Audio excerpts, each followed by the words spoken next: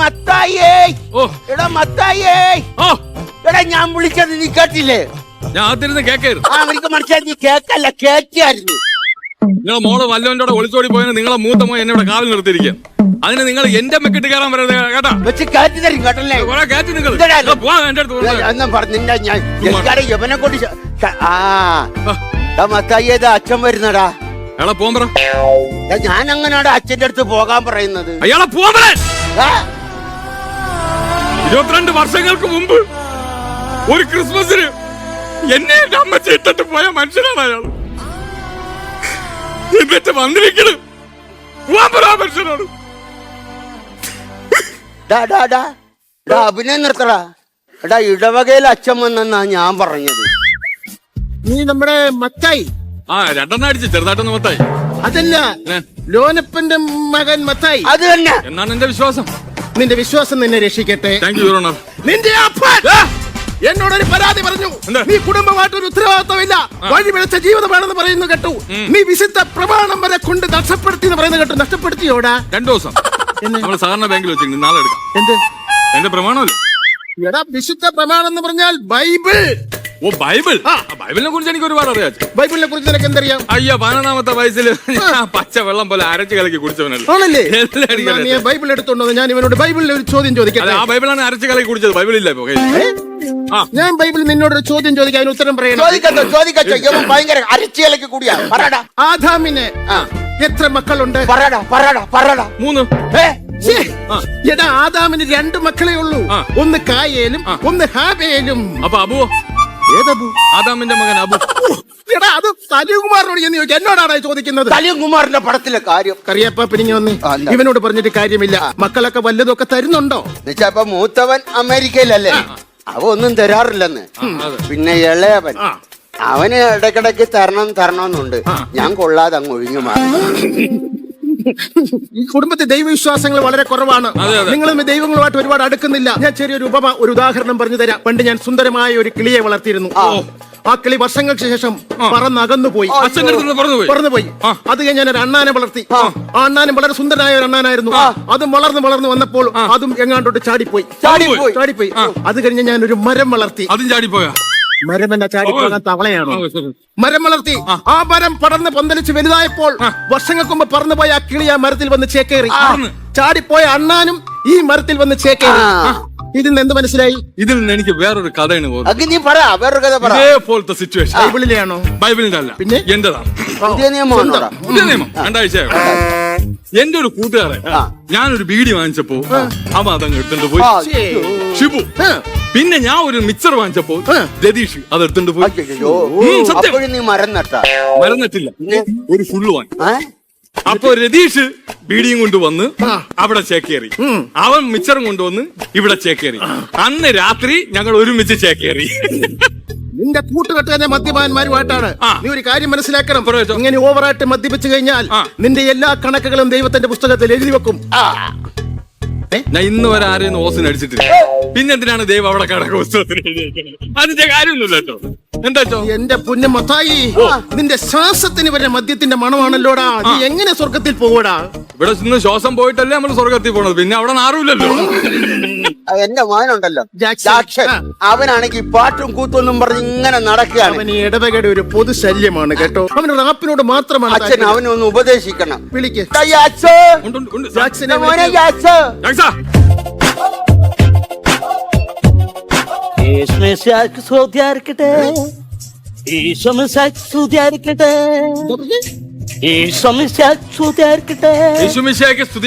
അതാണ്. ഇതൊക്കെ ആണെങ്കിലും അച്ഛൻ എന്റെ കുഞ്ഞിന് ഇന്ന് വരെ ഇടവകയിൽ പാടാൻ ഒരു അവസരം കൊടുത്തിട്ടില്ല. കറിയാപ്പാപ്പൻ അങ്ങനെ മാത്രം പറയരുത്. എന്താണ്? കഴിഞ്ഞ വർഷം ദുഃഖ വെള്ളിയാഴ്ചക്ക് ഇവന് പീഡാനുഭവത്തിന് കർത്താവിന്റെ പാട്ട് പാടാൻ ഞാൻ അവസരം കൊടുത്തു. ഇവൻ എന്താ പാടിയെന്നൊന്ന് ചോദിച്ചു. പാടിക്കാണോ മക്കളെ? അതൊന്ന് പാടിക്കേ. യേശുവിനെ യൂതന്മാർ കുന്നുകുന്ന കുത്തി. യേശുവിനെ യൂതന്മാർ കുന്നുകുന്ന കുത്തി. യേശുവിനെ യൂതന്മാർ കുനുകുന കുനുകുന കുത്തി. യേശുവിനെ യൂതന്മാർ കുനകുന കുനുകുന കുത്തി. കുനുകുന കുത്തി കുനുകുന കുത്തി. കുനുകുന കുത്തി കുനുകുന കുത്തി കുനുകുന കുത്തി. കുനുകുന കുത്തി. എന്നാ കുഴപ്പം? ഇവൻ പാടി തീരുകയും ഇടവകയിലെ ഒരു സംഘം ആൾക്കാർ പിച്ചാത്തിയായിട്ട് എന്നെ കുനുകുനെ കുത്താനായിട്ട്. ഇവന്റെ ഈ പാട്ടൂടെ കേൾപ്പോ എനിക്ക് വിശന്നിട്ട് ഒരു രക്ഷയില്ല. കറിയപ്പ കഴിക്കാൻ എന്തെങ്കിലും ഒലത്തി വെച്ചിട്ടുണ്ട്. ഒലത്തി വെച്ചിട്ടുണ്ട്. വാ. പ്രകൃതി സംഗീതമായിട്ടൊന്ന് ലയിക്കാൻ പോവുക. പ്രകൃതി സംഗീതമായിട്ടൊന്ന് ലയിക്കാൻ പോവുക. തിരിച്ചു പറഞ്ഞേ മോനെ. എന്റെ ദൈവമേ, എന്റെ അമേരിക്കൻ അച്ഛൻ വന്നു. എത്ര നാളെ അച്ഛാ കണ്ടിട്ട്. എടാ അച്ചായൻ അതല്ല, ഞാൻ അച്ചായ. ഇത് ഞാൻ കൊന്ന പെട്ടിയാ. അച്ഛാ ഈ പെട്ടി ഞാൻ പൊട്ടിക്കട്ടാ. എടാ ഇതൊന്ന് പിടിച്ചെടുക്കടാ, ഇതിനകത്ത സാധനം. ഓ അതിനകത്താണ് അച്ഛാ. അടിപൊളി. അതൊക്കെ പോട്ടെ. എന്റെ അപ്പച്ചനെ നീ നന്നായിട്ട് നോക്കുന്നുണ്ടോ? അപ്പത്തിന് ഞാൻ നന്നായിട്ട് നോക്കുന്നുണ്ട് ആണോ? അച്ഛാ. സമയാസമയം മരുന്നും ആഹാരവും എല്ലാം ഞാൻ കൊടുക്കുന്നുണ്ട്. പക്ഷെ മരുന്ന് കഴിക്കുന്നില്ല അച്ഛാ. മരുന്ന് കഴിക്കണല്ലേ? മരുന്ന് കഴിക്കുന്നില്ല. ഇപ്പൊ ഞാനിപ്പോ ഉദാഹരണത്തിന് ഇങ്ങനെ മറ്റേ സാധനം ഇവിടെ സംഭവം ഓക്കെ ഓക്കെ. ഞാന് നമ്മുടെ അപ്പച്ചന് മരുന്ന് എങ്ങനെയാണെന്നറിയാം കൊടുക്കുന്നത്. എന്റെ ഇവിടെ അടിച്ച ഒരു ഒഴിഞ്ഞ കുപ്പി ഉണ്ടായിരുന്നു. ആ കുപ്പിയിൽ മരുന്ന് ഒഴിച്ച് ഞാൻ മിക്സ് ചെയ്ത് എന്നിട്ട് അപ്പച്ചന്റെ മുമ്പ് കൊണ്ട് കാണിച്ചിട്ട് അപ്പച്ചന്റെ പറഞ്ഞ് അപ്പച്ച നോക്കിയാണ്. അപ്പച്ചൻ പറഞ്ഞു എന്താണ്? ഞാനെന്താ അറിയാമോ, അങ്ങ് കുടിക്കും. എന്നിട്ട് അപ്പച്ചന് ഇങ്ങനെ ഒഴിച്ചു കൊടുക്കും. അപ്പച്ചൻ കുടിക്കൂല, നിർബന്ധിച്ച് കുടിക്കും. അങ്ങനെ അപ്പച്ചന് വീണ്ടും പറ്റിക്കാൻ വേണ്ടി ഞാൻ വീണ്ടും എടുത്ത് അടിച്ച് വീണ്ടും അപ്പച്ചന് ഞാൻ മരുന്ന് കൊടുക്കണ്ടേ? അപ്പച്ചൻ കുടിക്കും. അപ്പച്ചൻ കുടിക്കൂല, അങ്ങനെ ഉച്ച. അയ്യോ അതെ, ഞാൻ ഇവിടെ ആണെങ്കിലും നാട്ടിലാണെങ്കിലും അവക്ക് കൊടുക്കാതെ കുടിക്കൂല. കാരണന്മാർക്ക് കൊടുക്കാതെ നമ്മൾ കുടിക്കാൻ പാടില്ല. എന്റെ കർത്താവേ. എല്ലാവരും ഇങ്ങി വന്ന് അതെ അച്ഛാ, ക്രിസ്മസ് പ്രമാണിച്ച് ഒരു ബാഡ് ന്യൂസ് പറയാനുണ്ട്.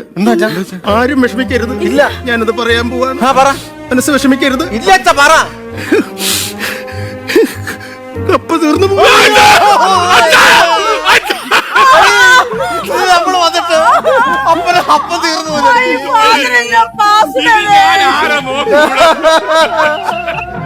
നോക്ക് പോലും കാണാൻ പറ്റില്ലോടി നമുക്ക്. നമ്മുടെ അപ്പം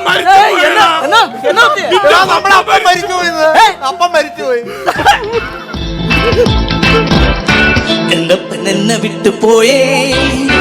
എന്റെ അപ്പൻ എന്നെ വിട്ടുപോയേ. എന്റെ അപ്പൻ എന്നെ വിട്ടുപോയേ. എന്റെ അപ്പൻ എന്നെ വിട്ടുപോയി. എനിക്കിനി ആരുണ്ട്? എനിക്കിനി ആരുണ്ട്? എനിക്കിനി ആരുണ്ട്?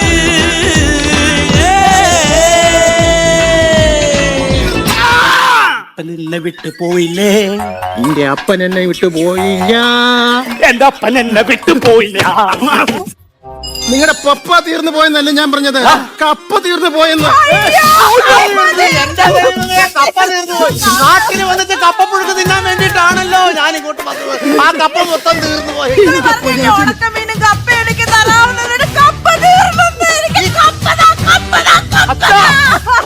മൈക്കിൾ വന്നോടാ. മൈക്കോ? മൈക്കിളല്ല, ഫ്ലൈറ്റിലാണ്. മൈക്കിൾ വന്നോന്ന്. അതാപ്പോ ഞാൻ വന്നപ്പോ ഈ ആകെ വെളുത്ത് സുന്ദര കുട്ടനായല്ലോ. അവിടുത്തെ കാലാവസ്ഥ എങ്ങനെ മക്കളെ? എന്നാ പറ്റാ? അമേരിക്കയിലൊക്കെ ക്രിസ്മസ് ഒക്കെ ഉണ്ടാടാ. എന്റെ അപ്പച്ച ഇവിടെ വല്ല ക്രിസ്മസ് ആണോ? അമേരിക്കയിലെ ക്രിസ്മസ് ആണ് ക്രിസ്മസ്. അടിച്ചുപൊളി. അടിപൊളിയാ. അവിടെ സ്റ്റാർ ഒക്കെ ഇടൂടാ മക്കളെ. അപ്പച്ച അവിടത്തെ സ്റ്റാർ ഞാനല്ല. എന്റെ മേളിലൊരു സ്റ്റാർ ഇല്ല. വേറെ സ്റ്റാർ ഇല്ല. ഈ സ്റ്റാർ ഞാനൊക്കെ കത്തിച്ച് കെട്ടി തൂക്കും. കത്തിച്ച് കെട്ടി തൂക്കണേ കൊള്ളാം, ബൾബടിച്ച് പൊട്ടിക്കരുത്. മക്കളെ, നമ്മുടെ ഇവിടുത്തെ പോലെ ക്രിസ്മസിന് അവിടെ മത്സരങ്ങളൊക്കെ ഉണ്ടാകും. പിന്നെ അവിടെ ഭയങ്കര മത്സരം. അവിടെ ഏറ്റവും കൂടുതൽ മത്സരം ക്യാരംസ് കളിയാണ്. ക്യാരംസിൽ ഞാനാണ് വിന്നർ. കുഴി ചാടിക്കാൻ അവിടെ ആണെങ്കിലും ഇവിടെ ആണെങ്കിലും ഇവിടെ കഴിഞ്ഞ് മറ്റൊരാളില്ല.